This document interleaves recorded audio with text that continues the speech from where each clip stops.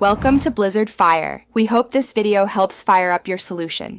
You start by confirming prerequisites: king unlocked and sufficiently leveled, optimal mods equipped, and the desired crew formation chosen.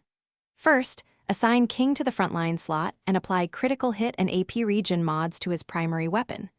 Next, position 2 durable allies on his sides to soak damage and enable king's area control.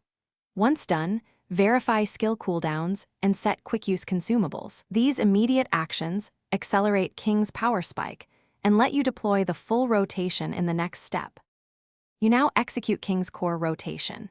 Begin with his buff that increases team damage and AP regeneration, so subsequent abilities flow smoothly. Then follow with his crowd control attack to group enemies and immediately use wide area strikes to capitalize on clustered targets.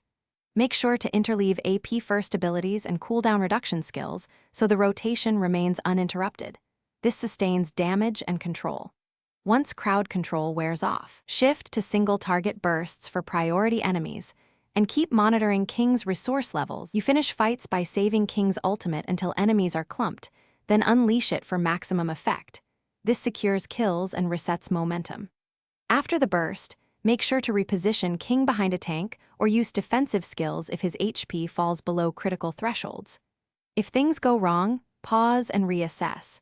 Verify mods and anomalies, correct formation errors, and adjust timing of crowd control versus damage windows. One quick troubleshooting tip: inconsistent damage usually traces back to bad positioning or delayed skill chaining, so fix those first.